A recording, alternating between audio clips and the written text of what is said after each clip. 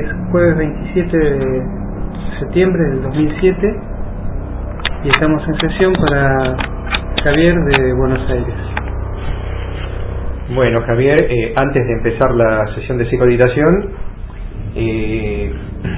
comentaba de que habíamos tenido un debate con algunos chicos del foro, del grupo Elrond, sobre el tema de los nombres de las entidades espirituales, porque a veces un tetán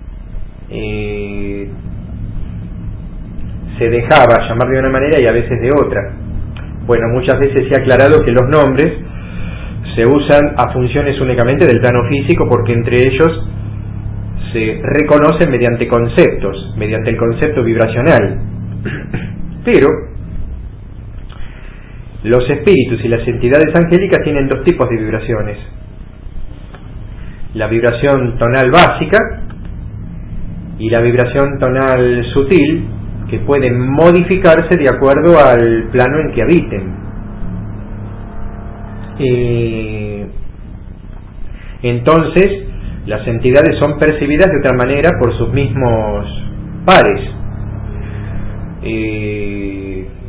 Yo había dado el ejemplo del efecto Doppler, y quizá no sea el más idóneo, pero se acerca un vehículo o un tren a toda velocidad que no para en la estación donde estás, y el sonido se escucha, o sea, cuando pasó el sonido es más grave, porque cuando el sonido se acerca a la persona se capta agudo, cuando el sonido se aleja se capta más grave. Lo mismo sucede con la luz. Cuando la luz se acerca se capta azul, cuando la luz se aleja se capta rojo. Por eso los astrónomos detectaron que con el efecto Doppler en la luz, que el universo se estaba expandiendo porque las galaxias mostraban el corrimiento hacia el rojo. La variación en la escala vibracional de las entidades espirituales no cambia su parte interna, no cambia su parte básica. Esto significa que si hay dos almas gemelas en el plano 3 y una de las dos sube al plano 4, van a seguir vibrando en sintonía internamente, pero va a haber un cambio vibracional externo en la que subió. Entonces va a ser reconocida de otra manera por las antenitas conceptuales de sus congéneres, va a ser reconocida de otra manera, va a vibrar en otra sintonía externamente. Al vibrar en otra sintonía externamente, seguramente, y por algo que no tendría por qué ser, ante nosotros se presentan de otra manera. Invento, quien de repente decía, sí, mi nombre como tetán es Aramel, ahora de repente es Marcoí. ¿Y por qué Marcoí y antes Aramel? Porque Aramel era una vibración externa y la nueva es otra vibración que es la actual. De todas maneras es con todo respeto por las entidades, lo tomo como un, entre comillas, defecto de cómo se presentan ante nosotros, porque como nosotros no percibimos la vibración espiritual, porque en el plano físico somos más básicos, nos manejamos con los 5 sentidos físicos, pero no captamos ese tipo de vibraciones, no habría nada de malo en que se sigan presentando como estaban, como se presenta Ron Roanel, o mi yo superior Jonah Canurel. Sí, de hecho acá, o sea, uno nace con un nombre que le ponen, en mi caso Javier, y de repente con los años en un determinado grupo social le ponen un apodo, y después ese apodo termina siendo con el que nos conocen a lo mejor durante una gran parte de nuestra vida. O sea, no dejamos de llamarnos Javier, pero tampoco dejamos de asociarnos con ese apodo que nos ponen, o sea, a nivel mundano, ¿no? Sin desmerecer ninguna actividad laboral, de repente trabajabas en X tema y ahora creciste en tu trabajo o de repente tenés una profesión que te reditúa más económicamente y tu escala social es otra y el tipo de gente de repente ya no te llama Tito, sino que ahora te pone un nickname, un apodo más acorde a esa esfera social. Y uno de repente, porque la numerología también lo dice, se va identificando con ese nombre o nickname y actúa en consecuencias, a veces actúa en consecuencia. La numerología no es perfecta, porque la numerología se puede hacer una carta numerológica a un niño de 1 año o a una persona de 70 años. Y como se hace con el nombre, el apellido y la fecha de nacimiento, va a salir igual a un niño de 1 año como a ese mismo niño ya crecido de 70. Claro. Lo que va cambiando en la carta numerológica es los años personales. Van cambiando los años personales.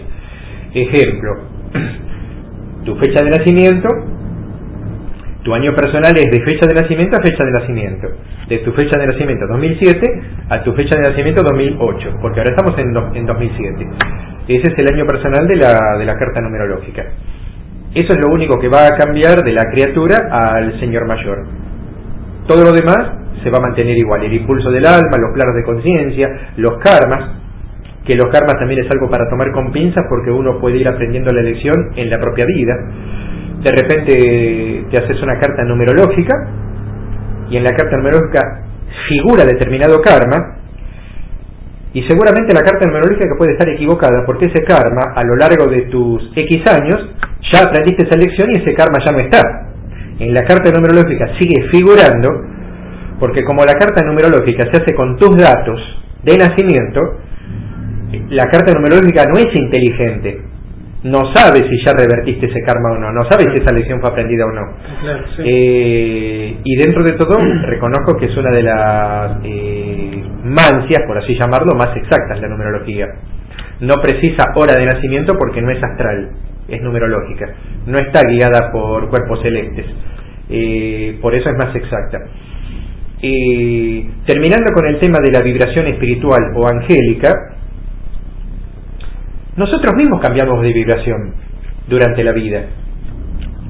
Yo, Jorge Holguín, no soy la misma persona que era hace 10 años, y eso que hace 10 años dio un tremendo brinco, porque empecé con el tema de la canalización telepática, aprendí un montón de cosas, guiado por mi propio yo superior, por el Maestro Jesús o por otras entidades maestras, y bueno, gracias a esa información que yo absorbí del suprauniverso, se creó un conocimiento de ese mundo espiritual y angélico, se creó, que no tiene nada que ver con todo lo conocido hasta ahora, no tiene nada que ver con todo lo conocido por todas las religiones.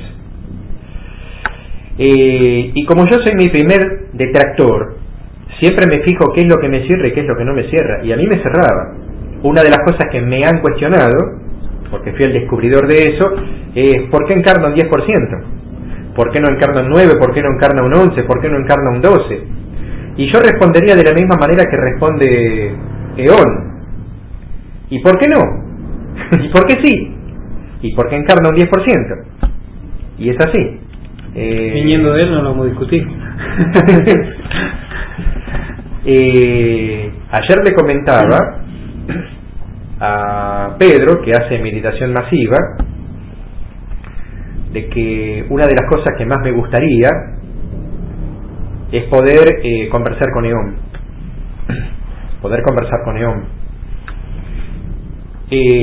estando yo como interlocutor y estando yo como canalizador de Eón, sin desmérito, y esto lo aclaro, sin desmérito de ningún otro medium, que los respeto, y sin desmérito de ningún interlocutor, que los respeto también. Pero estando tete a tete con él, con Eón, canalizando Jorge Holguín y preguntando Jorge Holguín, yo le puedo sacar muchísimo más jugo de lo que le sacó hasta ahora. Pero no puedo desdoblarme. Y tendría muchísimas preguntas para hacerle. Pero tal vez el medium que contacte a EON no tenga la rapidez. Es como los ordenadores, como las computadoras. Cuanto más RAM tienen, es más rápido y más van a poder tener la respuesta. Y hay una frase que decimos en Buenos Aires, que no sé si en otros lugares se dice: la computadora se cuelga. No sé en otras ciudades cómo se dirá cuando la computadora se para, se tilda y quedó frenada, y hay que reiniciarla, hay que resetearla porque se colgó. A veces, cuando la energía es muy grande, el medio no se puede colgar. Lo que pasa es que a veces los tildes de algunos medios son tan imperceptibles que solamente yo me puedo dar cuenta cuando canalizan a una entidad alta. Y digo, ¡ay, qué pena! Porque le podrían haber extraído más información. Quizás está mal dicho extraído, porque la entidad lo da con gusto esa información. Y bueno, esa es una asignatura que obviamente no la voy a poder cumplir. Sí, de todos modos, yo supongo que EON, si tiene algo que decirnos importante, se la arreglaría de alguna manera, ¿no? Para realmente transmitirlo en el momento que sea. Hay una manera. Que yo intencione las preguntas, claro, y yo canalice a EON sin interlocutor. Y que EON dé el discurso, que haga su speech. Y en base a eso tengo muchísimas preguntas para hacerle con respecto a los suprauniversos, con respecto a que hay más allá de él, con respecto a que si él es el todo y la nada, que es la nada. Sí, el tema de los universos burbuja todavía no se flasheó más. No. Se ha tocado, pero muy por encima. Se ha tocado, pero muy por encima. Pero si él es la manifestación de todo, o mejor dicho, todo es la manifestación de él, que esa sería la frase exacta, todo es la manifestación de él. Y como yo empiezo mi libro, El cielo responde, al comienzo era el todo y la nada. ¿Qué es la nada? ¿Qué es la nada? Para nosotros la nada lo vemos en función de un vacío, pero para EON, ¿qué es la nada? Porque lo digo con un cariño tremendo, porque es buenísimo especular, porque los grandes genios especulan. Dice, bueno, para EON no existe la historia, porque ya está todo escrito. Él es el comienzo y él es el final. O sea, el alfa y el omega, como se dice en la Biblia. Entonces, EON no especula, porque para EON ya está todo hecho. Está hecho el universo anterior, este universo, el universo que va a venir después de este Big Crunch. Entonces, EON no tiene dudas, no especula, no tiene ansiedad, porque de repente a nosotros nos empiezan a dar un evento mañana y tenemos ansiedad. ¿Estará bueno? ¿Nos gustará? Tenemos esa curiosidad nata que tiene todo ser encarnado. EON no tiene esa curiosidad, porque él ya lo vivió, lo está viviendo y lo va a vivir. Es pasado, presente y futuro. Quisiera entonces ponerme en lugar de él y ver cómo ve él el futuro. Que me aclare más de lo de que en cada universo sube una octava de vibración. Hay muchas cosas que fueron seguramente mal explicadas en mis primeras canalizaciones, donde se decía en 1997 que en el próximo Big Bang todos los que ahora somos espíritus seremos Elohims. No seremos Elohims. Eso es en sentido figurado. Y tampoco hay en este universo 72 Elohim. 72 Elohim hay en esta parte del universo. Debe haber miles de Elohims. Sí, seguro. Porque el universo es tan vasto, que es casi infinito. ¿Por qué no digo infinito del todo? Porque para mi concepto como humano encarnado en un pequeño planeta, en una pequeña estrella, en un brazo de la galaxia Vía Láctea, el universo se sigue expandiendo. Entonces no es infinito si se sigue expandiendo, porque la teoría matemática o geométrica dice que lo infinito no se expande. Aunque la trampa sería entonces, si no se expande, ¿cómo marcamos infinito al cuadrado? Claro. Una hilera de camas infinitas, le ponemos al lado otra hilera de camas infinitas, entonces es infinito por 2. Si es infinito no se puede multiplicar, porque no hay más allá de infinito. Pero la matemática es abstracta. En la práctica no se puede multiplicar, pero en lo abstracto se puede hacer todo. En lo abstracto podemos hacer todo, todo, absolutamente todo. Nos podemos trasladar con el pensamiento hasta 15.000 millones de años luz. Yo en un momento aclaré por ahí que lo único infinito comprobable es la estupidez humana, creo, ¿no? Bueno, eso lo decía Einstein. Claro. Eso lo decía Einstein. Justamente tengo un libro de frases para recordar donde dice eso. Mohandas Gandhi dice: nunca hay que pactar con el error, aun cuando aparezca sostenido por textos sagrados. Nunca hay que pactar con el error, aun cuando aparezca sostenido por textos sagrados. Eso es genial, eso es genial. Y bueno, Einstein dice: hay dos cosas infinitas, el universo y la estupidez humana.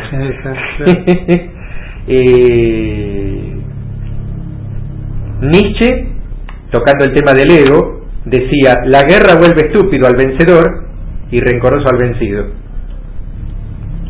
Y Einstein, de vuelta, tocando el tema de Dios, dice: él puede ser sutil, pero no es malvado.